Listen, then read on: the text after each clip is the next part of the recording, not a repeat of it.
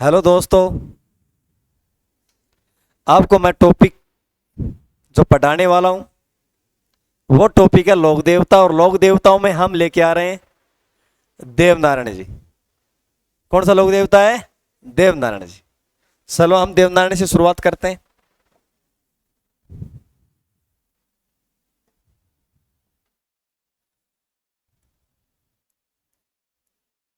देवनारायण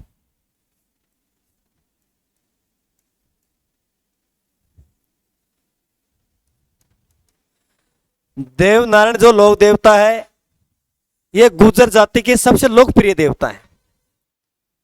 अब इसका नाम देवनारायण क्यों पड़ा ये देखते हैं।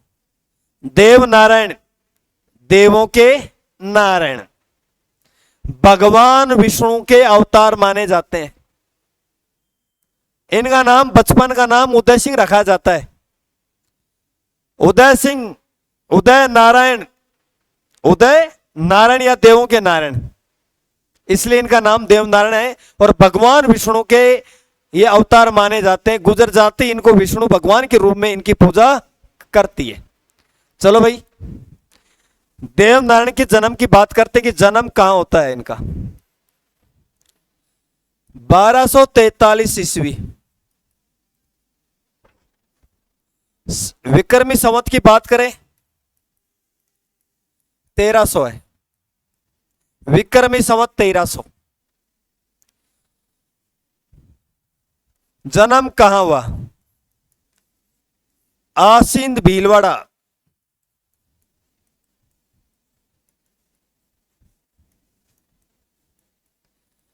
आसिंद भीलवाड़ा में गांव पड़ता है जिसका नाम है गोठ दड़ावता।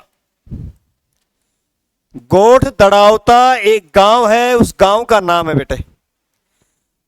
आसिंद तहसील है, जिला भीलवाड़ा है, गांव गोठ दड़ावता है। देवनारायण का जन्म माना जाता है यहां से। देवनारायण के पिता का नाम सवाई भोज। सवाई भोज इनके पिताश्री हैं। दादाजी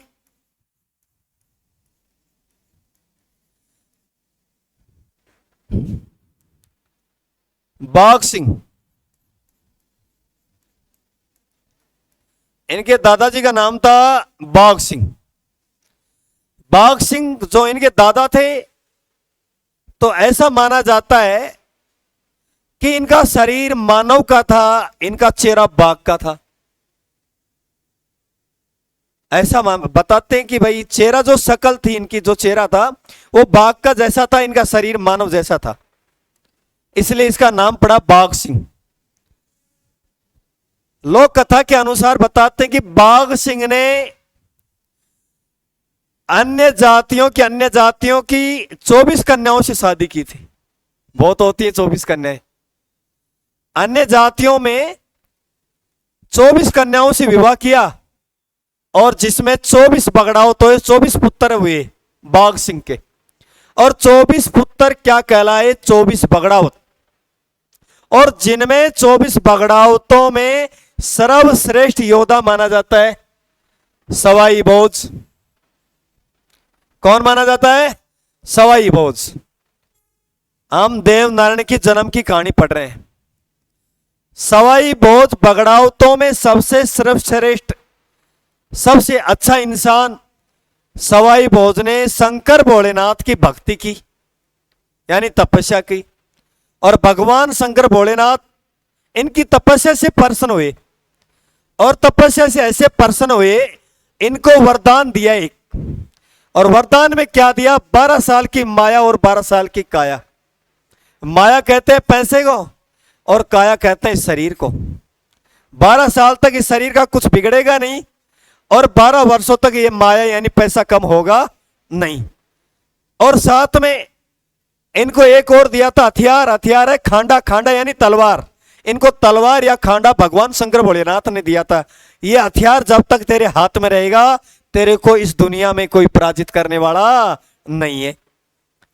ऐसी शक्तियां प्राप्त की थी बगड़ावतों ने, और वो भी सवाई भोज ने। अब इसके 23 भाई थे, 24वां खुद है। संख्या टोटल 24 है।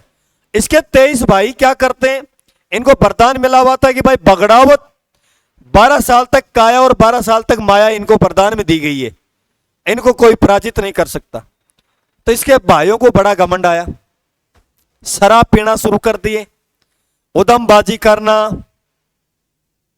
कहने का मतलब यह है कि जिसको कुछ मिल जाता है वो इंसान अपने समय को भूल जाता है, और ये अत्याचारी अन्यायी बन गए भाई। तो एक दिन क्या होता है कि सुबह सुबह एक महिला दुर्गा माता के मंदिर में पूजा करने जाती है सुबह सुबह, और फूलों की माला चढ़ा के आती है। सवाई भोज के भाइयों ने उस महिला से फूलों की माला छीन ली और यह कहा कि हमारे से बढ़कर इस धरती लोक पे तो कोई है ही नहीं, हमारे को तो वरदान मिला है, हम ही देवता हैं, हमारी पूजा होनी चाहिए, ये दुर्गा माता क्या है, कुछ नहीं है। कहने का मतलब इन बगड़ावतों ने, इनके सवाई भोज के भाइयों ने,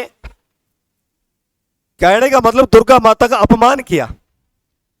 अब दुर्गा माता का अपमान है, वो महिला मंदिर में जाती है और मंदिर के सामने हाथ जोड़ के रोने लग जाती है और दुर्गा माता से कहती है उसकी मूर्ति को कि दुष्टियों ने, इन अन्यायों ने, मैं माला लेके आई थी, उस माला को छीनी, उसको खंडित कर दी, और हे देवी ऐसे दुष्टियों का नाश करो, क्योंकि धरती पे ऐसे पाप बढ़ेगा, ऐसे अन्याय होगा तो काम कैसे चलेगा।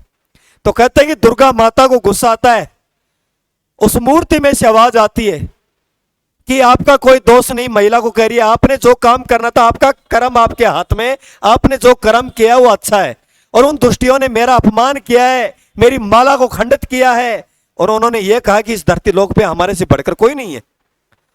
अब मैं इनको सबक सिखाऊंगी और मैं एक कन्या के रूप में मैं जन्म लूंगी और इनको सबक सिखाऊंगी, इन बगड़ावतों को। तो कहते कि भाई दुर्गा माता, ये लोक कथा जुड़ी हुई है इसकी, तो वो दुर्गा माता एक राजा के घर में कन्या के रूप में जन्म लेती है, और जैसे वो जन्म लेती है तो उसका नाम रखा जाता है राजकुमारी जयंती। क्या नाम रखा जाता है? राजकुमारी जयंती। अब वो दुर्गा माता राजकुमारी जयंती के रूप में यानी जन्म लेती है, और वो कन्या धीरे धीरे दिन प्रतिदिन वो जवान हो जाती है, और उसकी विवाह का नारियल किसके घर में भेजा जाता है?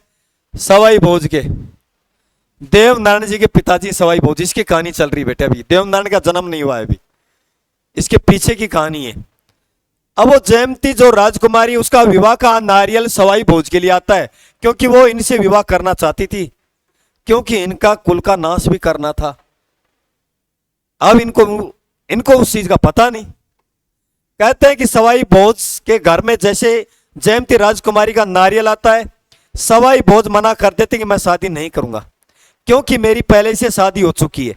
क्योंकि देव नारायण की जो माता थी उसका नाम था साडू खटाणी या सेडू खटाणी, ये इसकी माता थी, और ये सवाई भोज की पत्नी है।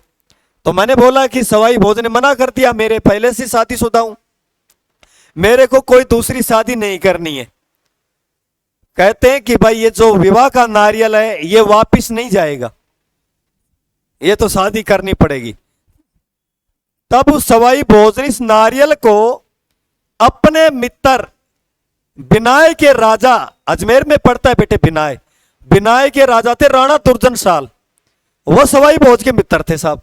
और ऐसे मित्र कि एक ही थाली में खाए, एक ही थाली में भाई साहब खा के और एक ही बिस्तर पे सोए। अरे इतने अच्छे प्रेमी थे, दोस्त थे। तो सवाई भोज ने अपने मित्र के लिए एक शादी का नारियल भेजा, यहां से आया था खुद के लिए ऑफर, ये ऑफर किसके लिए भेज दिया? अपने मित्र के लिए। और उस मित्र का नाम है बिनाय का राजा राणा दुर्जन साल। ये राणा दुर्जन साल के पास ये नारियल का, ये जो सगाई का नारियल जाता है, राणा दुर्जन साल बड़ी खुशी से उस नारियल को स्वीकार करते हैं, और मैं शादी करने के लिए तैयार हूं। जब मेरे मित्र ने मेरे लिए भेजा है, और भाई देख इस दुनिया में बहुत कम लोग होते हैं जो मना करते हैं। शादी के लिए पहले ऑफर आता है तो उसी को खुद ही लेते, दूसरे के लिए कहा है। राणा दुर्जन साल पहले से 6 शादी कर चुका है, ये 7वीं शादी है, 65 साल का बुढ़ा है, शर्म नहीं आती उसको। चलो कोई बात नहीं, जो भी है। शादी के लिए राजी हो गए और नारियल को स्वीकार करता है, और विवाह का टाइम निर्धारित कर दिया जाता है। राणा दुर्जन साल दूल्हा बन के हाथी पे बैठ के जा रहे हैं, और ये बगड़ावत सवाई बहुत जिसके भाई, ये उसकी बारात में जाते हैं। जहां ये बारात जाती है, वो जयंती जो राजकुमारी है, उसका एक महल था 7 मंजिला, तो उसने अपने तोरण को 7वीं मंजिल पे लगवा दिया साहब। और इस 7वीं मंजिल में तोरण है ऊपर ही ऊपर 7वीं मंजिल पर। अब भाई साहब 7वीं मंजिल पे तोरण वही चटकेगा जिसको शादी करनी होगी, वही मारेगा तोरण। राणा दुर्जनशाल की कंडीशन खराब है, 7वीं मंजिल में तोरण मारना हर किसी की बस की बात नहीं है। अरे राणा जी परेशान हो गए। राणा जी ने बोला, अरे सवाई भोज मेरे मित्र, मेरी इज्जत बचा, मेरी लाज बचा, यार इस तोरण को कैसे क्या करें। सवाई भोज ने बोला कि ये तोरण तो मैं मार दूंगा, इज्जत तो बच जाएगी, शादी आप कर लेना। अरे यार ये काम कर दे तो कहना क्या है। सवाई भोज ने अपने घोड़े को पीछे लिया और घोड़े की नकेल लगाम खींची और घोड़ा छलांग मारा, और छलांग मार के छज्जे पे छलांग मार के, किसने, देवना सॉरी सवाई भोज ने छज्जे पे छलांग मार के तोरण मार दिया साहब 7वीं मंजिल पे। वहां पर सब लोग इकट्ठे थे, सब लोग देख रहे थे, भाई रिश्तेदार भी थे, और महल के छज्जे पर दासियां भी थी, दासियां और जयंती रानी की सहेलियां सब देख रही हैं कि बड़ा कलाकारी है यार। पहले तो घोड़े ने छलांग लगाई और छज्जे पे पैर रख के खुद ने छलांग लगा दी और तोरण मार दिया। किसने, सवाई भोज ने। अब सवाई भोज ने तोरण मारा तो उल्टा मामला हो गया। उल्टा होना था, सभी ने देखा कि तोरण मारने वाला हो रहा है और शादी करने वाला हो रहा है। अरे मामला उल्टा होना था। अब क्या होता है कि भाई कैसे न कैसे करके वो राणा जी अंदर आ जाते हैं, और अंदर आके वो जैसे मंडप होता है वहां बैठ जाते हैं। फेरों का टाइम हुआ नहीं था, यानी पंडित जी आने में थोड़ा टाइम लगा दिए। अब जयंती रानी अपनी दासियों से, सहेलियों से पूछ रही है कि जो मेरे से विवाह करने वाला है वो राजकुमार कैसा है। बोले साहब जी, भाई जी, राजकुमार तो ऐसो है, मुंह में दांत नहीं, पेट में आंत नहीं, बुढ़ो आदमी है, और जो तोरण मारने वाला है वो तो सबसे अलग है। वो कैसा है तोरण मारने वाला, ये तोरण किसने मारा। बोले उसके मित्र ने मारा, कोई दोस्त होगा उसका। बोले वो कहे, अरे साहब सबसे अलग है, लंबी लंबी मूछे, इतना स्मार्ट, इतना सुंदर, देखे तो कहना क्या है। आज के जमाने में सलमान खान भी फैले उसके सामने। अरे भाई तारीफें कर रही है सवाई भोज की। जयंती रानी समझ गई कोई ना कोई दाल में काला है, और ये विवाह करने के लिए और कोई बैठा है, तोरण मारने वाला सवाई भोज है। बोले दासी एक काम कर, जैसे मेरे साथ धोखा हो रहा है, नाइंसाफी हो रही है, तू भी जाके उसका खांडा लेके आ जा, और खांडा लेके आ जा एक बार झूठ बोल के कि रानी जी को कोई जरूरत है इस खांडे की। वो जाती है नीचे दासी, वहां पर सवाई भोज, राणा दुर्जनशाल, उसके भाई सब, अरे भाई साहब मजाक कर रहे, हंसी ठेठे चल रहे। जाके वो दासी सवाई भोज को कहती है कि आपका ये खांडा कुछ मिनट के लिए, कुछ पल के लिए दिए, राजकुमारी जी मंगा रही है, उनको जरूरत है। सवाई भोज ने दिमाग लगाया नहीं और वो खांडा उसको दे दिया दासी को। अब दासी उस खांडे को ले जाती है और महल में उस खांडे को गाड़ के बैठ जाती है, गाड़ के उस खांडे को बीच में, और उसके 7 फेरे ले लेती है। यह हमारी कल्चर में, हमारी संस्कृति में, हमारी हिंदू संस्कृति में यह है कि दूल्हा की अनुपस्थिति में उसकी तलवार से फेरे लिए जा सकते हैं। समझ में आया।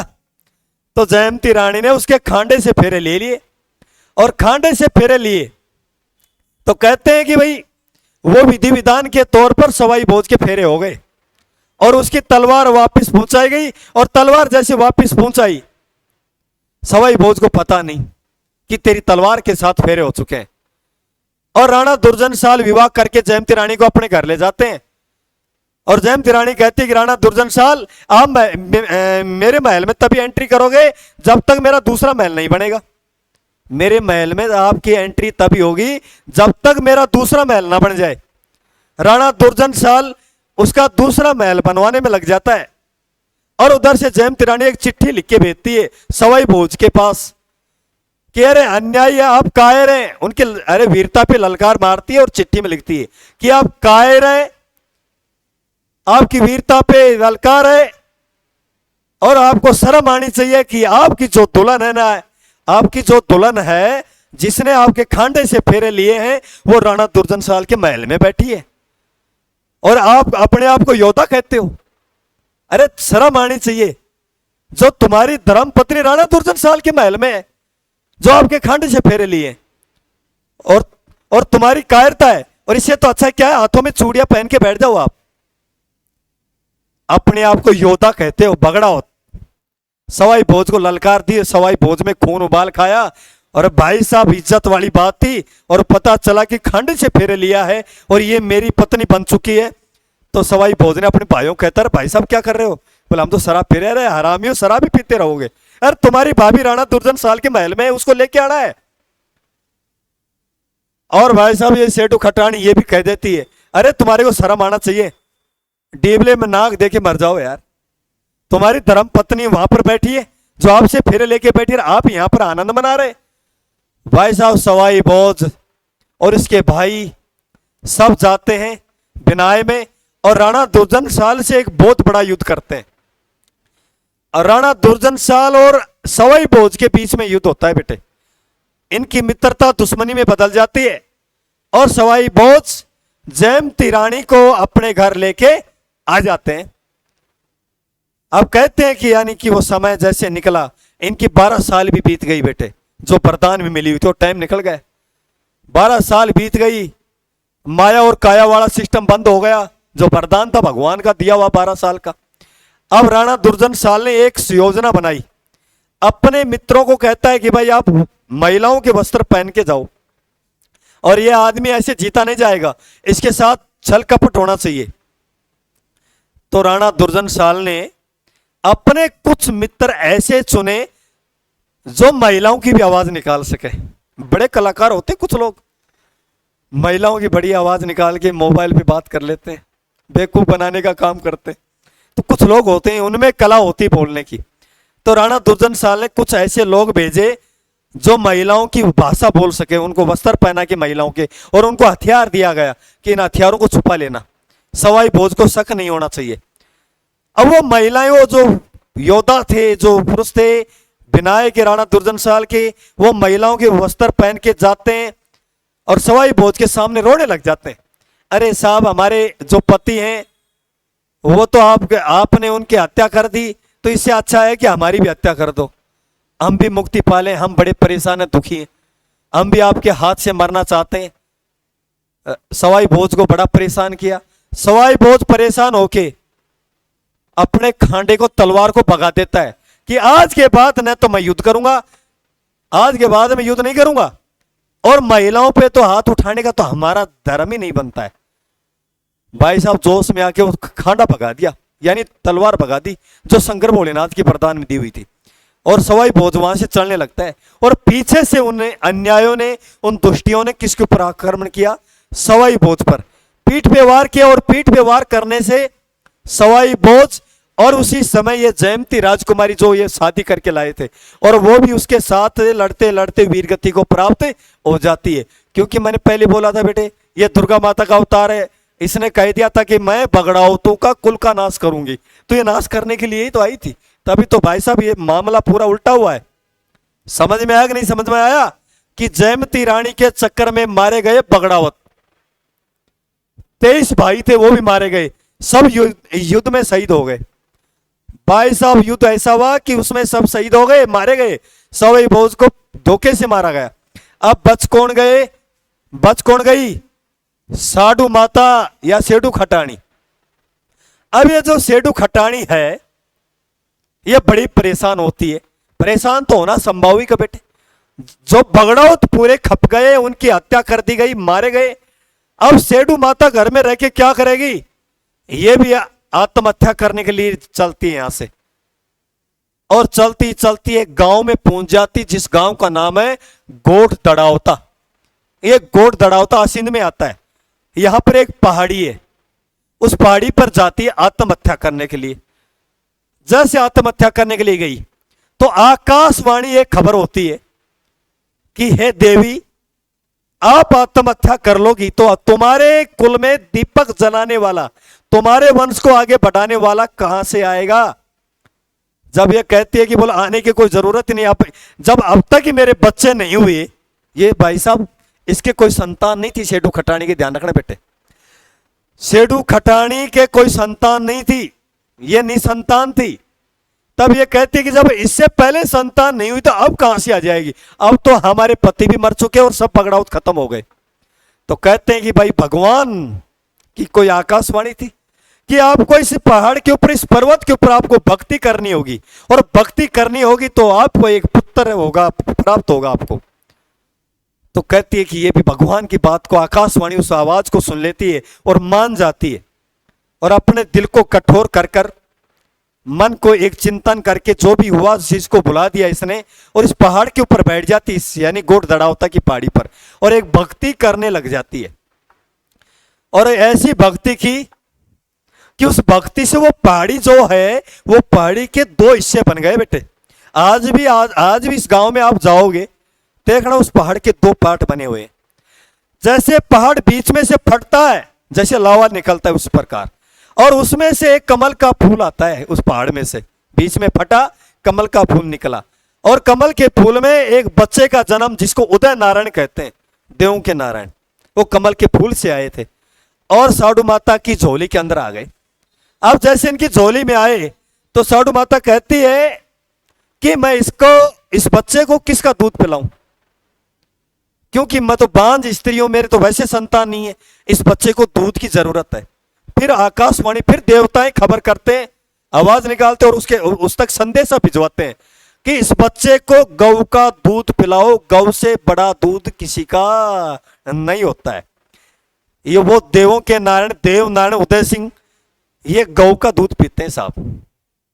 राणा दुर्जन साल को पता चल जाता है, जो बिनाई का राजा था, जिसने बगड़ावतों को धोखे से मारा था, उसको पता चल गया कि सेडू खटाणी के घर में एक बच्चा हुआ है, खबर लग गई। अब ये इस बच्चे को मारने के लिए षड्यंत्र रचता है, एक से एक राक्षस भेजता है इसको मारने के लिए, बल्कि इसके सारे प्रयास असफल होते हैं, ये बच्चा इनसे मरता नहीं। कभी नाग देवता का रूप ले लेता है, जैसे कृष्ण भगवान बहरूपिया थे, उसी प्रकार देवनारायण भी बहरूपिया थे। कभी काला नाग बन जाए, कभी गाय का बछड़ा बन जाए, कभी कुछ बन जाए, कोई मार ही नहीं सके यार। भगवान विष्णु के अवतार है, कौन मारेगा उसको। आप भाई साहब बताते हैं कि ये जो सेडू खटाणी है, इसके मन में विचार आया कि कहीं बिनाय का राजा दुर्जनशाल मेरे बेटे को न मार दे, क्योंकि इसके ऊपर संकट के ऊपर संकट आ रहे हैं। ये अपने बच्चे को लेकर ये आसिंद भीलवाड़ा छोड़ देती है और ये चली जाती है मध्य प्रदेश में, खुद के गांव, और गांव का नाम है देवास, किताबों में लिखा हुआ है बेटे, देवास चली जाती है, खुद के पीहर देवास एमपी में चली जाती है। एक बात का ध्यान रखना, देव नारायण का लालन पालन हुआ था ननियाल में। लालन और पालन कौन से पक्ष में हुआ था बेटे? इसके खुद के ननिहाल में, इसके मामा के, देव नारायण के मामा है, ननियाल है, वहां पर देव नारायण का बचपन में लालन पालन हुआ और वहीं से ये जवान हुआ है। क्या हुआ है? जवान बना है। अब इसकी शादी की बात करते हैं, ये तो इसकी जन्म की कहानी है। देव नारायण शादी किस प्रकार करते हैं?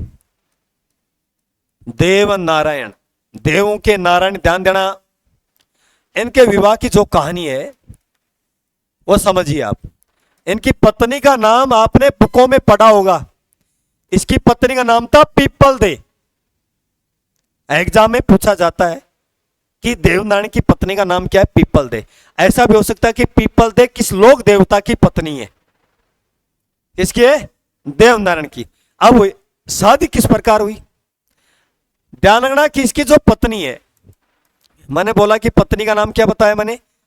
People they. पीपल दे कहां की रहने वाली है? एक जिला पड़ता है धार, और ये भी एमपी में है। ये पूरा सिस्टम एमपी से बेटे मध्य प्रदेश से जुड़ा हुआ है।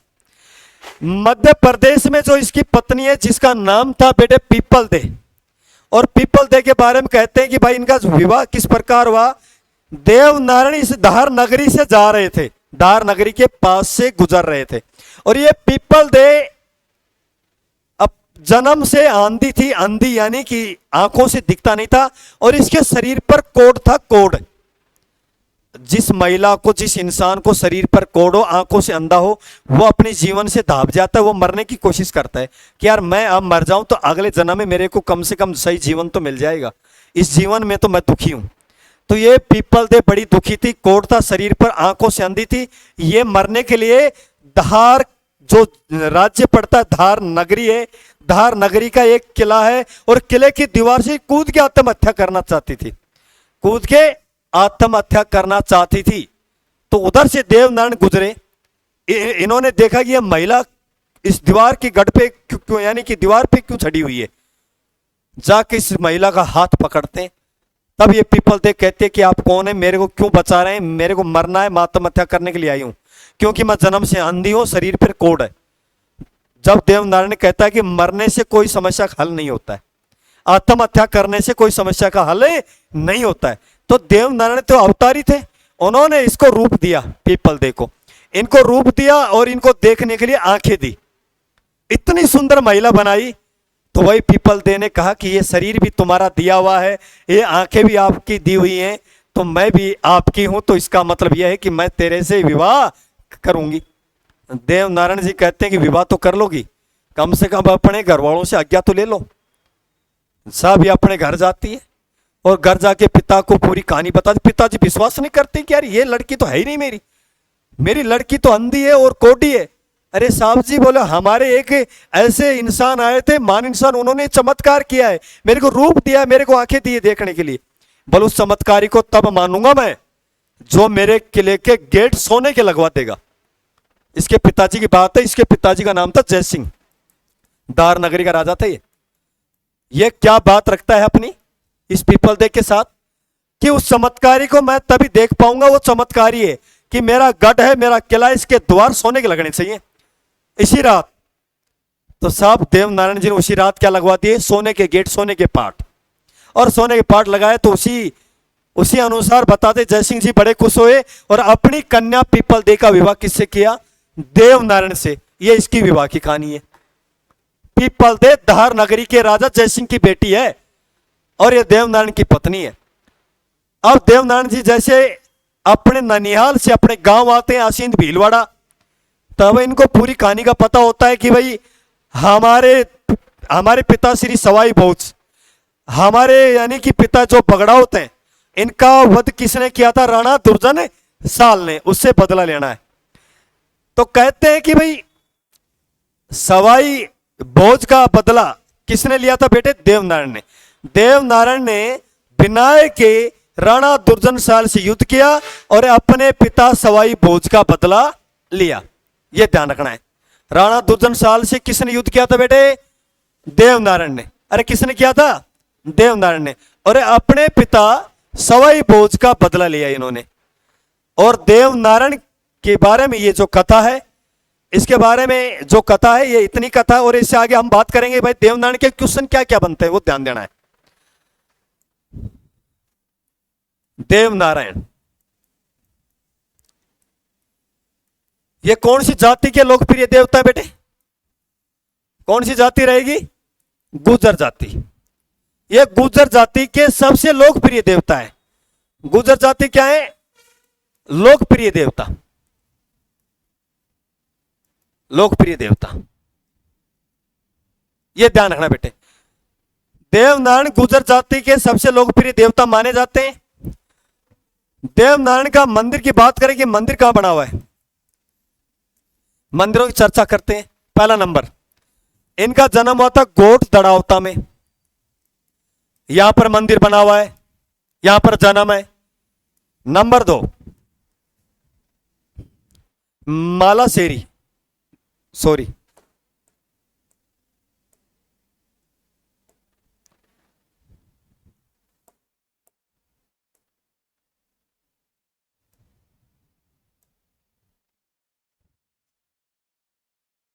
देवमाली, ये देवमाली ब्यावर में पड़ता है बेटे। ब्यावर किस में आता है, अजमेर में। देवमाली के अंदर इनकी मृत्यु हुई है। देवनारायण की मृत्यु या समाधि कहां स्थित है, इनकी मृत्यु हुई थी बेटे देवमाली, ब्यावर, अजमेर। देवनारायण की जन्म गोड़ दड़ावता, और ये पड़ता है भीलवाड़ा में, आसिंद भीलवाड़ा, गोड़ दड़ावता। चलो तीसरे मंदिर की बात करते हैं।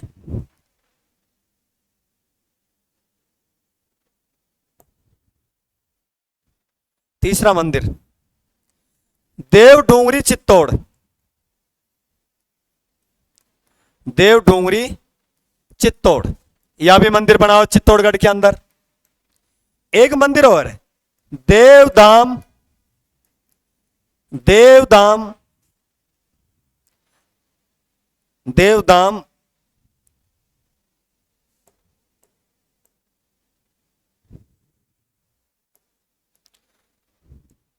जोधपुरिया टोंक, जोधपुरिया टोंक जिले के अंदर आता है। यह मंदिर है, इसके मेन मंदिर है बेटे। फिर समझना, देवनारायण गुर्जर जाति के सबसे लोकप्रिय देवता हैं। इनके जो मंदिर बने हैं, गोड़ दड़ावता भीलवाड़ा में जन्मभूमि है। देवमाली के अंदर इसकी मृत्यु हो जाती है। देवमाली आती ब्यावर अजमेर में। और इसके बाद देव डूंगरी चित्तौड़, देव डूंगरी में भी इनका मंदिर है। देवधाम जोधपुरिया टोंक, ये प्रसिद्ध स्थान 4 माने जाते हैं। वैसे तो इनके काफी मंदिर बने हुए हैं, मैन जो है ये 4 धाम माने जाते हैं देवनारायण के। आगे की बात करते हैं। मेला, मेला कब लगता है? भाद्र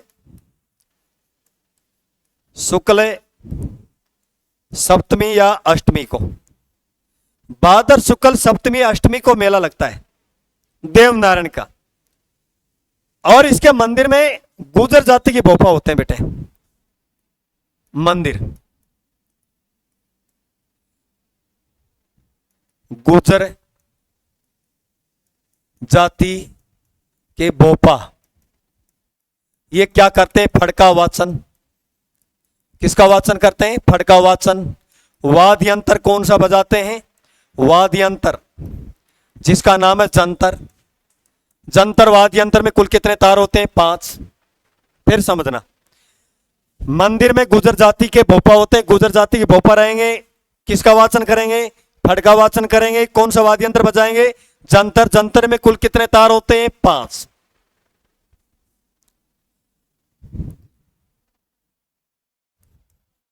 फड़ पर 5 रुपए की डाक टिकट 1992 में जारी की गई, जारी की गई। फिर समझना, देवनारायण एकमात्र लोक देवता राजस्थान के। देवनारायण एकमात्र ऐसे लोक देवता हैं, उनकी फड़ पर 5 रुपए की डाक टिकट जारी की गई थी 1992 में। चलो भाई आगे देखते हैं।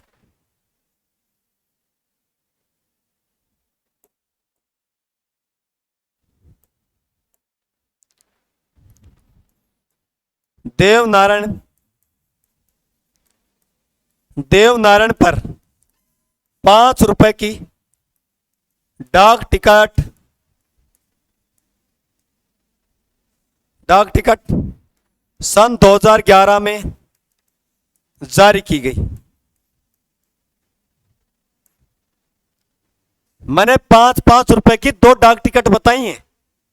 एक तो देवनारायण की फड़ पर डाक टिकट जारी है, 1992 में जारी की गई थी। और एक स्वयं देवनारायण के ऊपर डाक टिकट जारी की गई राज्य सरकार द्वारा सन 2011 में।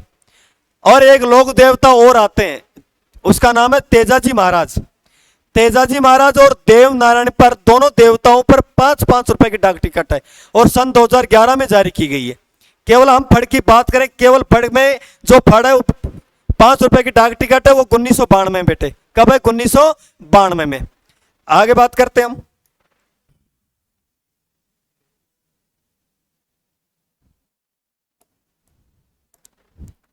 ध्यान देना इधर, देवनारायण का जो मंदिर है, इसमें भोग छाछ राबड़ी का लगाया जाता है। छाछ राबड़ी, मंदिर में भोग किसका लगता है? छाछ राबड़ी का लगता है। अब आगे की बात करते हैं। मंदिर में नीम का पेड़ होता है, नीम वृक्ष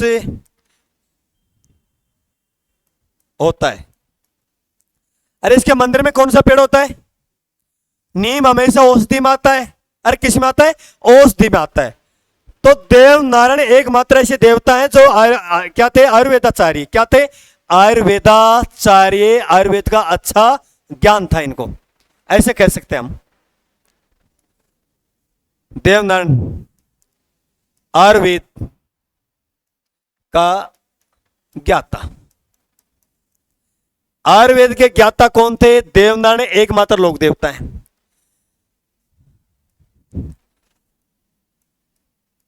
देव नारायण भगवान विष्णु के अवतार माने जाते हैं। देवनारायण किसके अवतार हैं? भगवान विष्णु के अवतार माने जाते हैं हिंदू धर्म में। यह ध्यान रखना बेटे, भगवान विष्णु के अवतार। मैंने इनकी पूरी कहानी सुनाई थी। और इसके पीछे का थोड़ा और देख लेते हैं। देवनारायण का लालन पालन कहां हुआ था बेटे? ननिहाल पक्ष में। और इनका जन्म 1243 विक्रमी संवत 1300 है। कहां हुआ था? आसिन भीलवाड़ा में गोड़ दड़ावता है। यानी कि इनके पिता सवाई बहुत थे और दादाजी बाघ सिंह है और माता सेठू खटाणी है। और इनके वंश की बात करें कि वंश, इनका वंश है बगड़ावत बेटे। बगड़ावत, बगड़ावत कौन से वंश में है? यह बगड़ावत वंश में है। अब मैंने इसके बाद में यह बताया कि भाई देवनारायण का विवाह किससे हुआ था? पीपल देश से। यह कहां की रहने वाली है? दार नगरी। दार नगरी कहां पड़ती है? एमपी में। यह किसकी बेटी है? जयसिंह की। अरे किसकी पुत्री है? जयसिंह की पुत्री है। देवनारायण जाति से क्या थे? गुर्जर। और गुर्जर जाति में क्या है? लोकप्रिय देवता है। इनके जो मंदिर कहां कहां बने हुए? गोड़ दड़ावता, भीलवाड़ा, आसीन तहसील, देवमाली, ब्यावर, अजमेर, यहां पर इनकी मृत्यु है। देव डूंगरी, चित्तौड़, यहां भी इनका मंदिर बना हुआ है। देवधाम, जोधपुरिया, टोक, ये 4 प्रमुख तीर्थ स्थल माने जाते हैं देवनारायण के। अब बात करते हैं भाई इसका जो मेला हो भादर शुक्ल सप्तमी को लगता है और अष्टमी को भी लगता है। 2 दिन चलता है इसका। चलो भाई आगे देखते हैं अगला जो नेक्स्ट है। मंदिर। मंदिर जो गुर्जर जाति, इसके मंदिर में गुर्जर जाति के क्या होते हैं बेटे? बोपा होते हैं। इसके मंदिर में कौन सी जाति के बोपा होते हैं? गुर्जर जाति के बोपा बेटे। और ये क्या करते हैं? फड़का वाचन। क्या करते हैं? फड़का वाचन। कौन सा वाद्य यंत्र बजाते हैं? जंतर वाद्य यंत्र। कितने तारों की संख्या बेटे? 5। इसकी फड़ पर, देवनारायण की फड़ पर 5 रुपए की डाक टिकट सरकार के द्वारा 1992 में जारी की गई। देवनारायण पे 5 रुपए की डाक टिकट 2011 में जारी की गई। और मंदिर में जो भोग लगता है वो छाछ राबड़ी का लगता है बेटे। अरे किसका लगता है? छाछ राबड़ी का। और मंदिर में किसका पेड़ होता है? नीम का पेड़। देवनारायण भगवान विष्णु के क्या थे? अवतार। अरे किसके अवतार थे? विष्णु के अवतार माने जाते हैं। Okay, bye bye. कल देखते हैं अगली क्लास। ठीक है, ओके।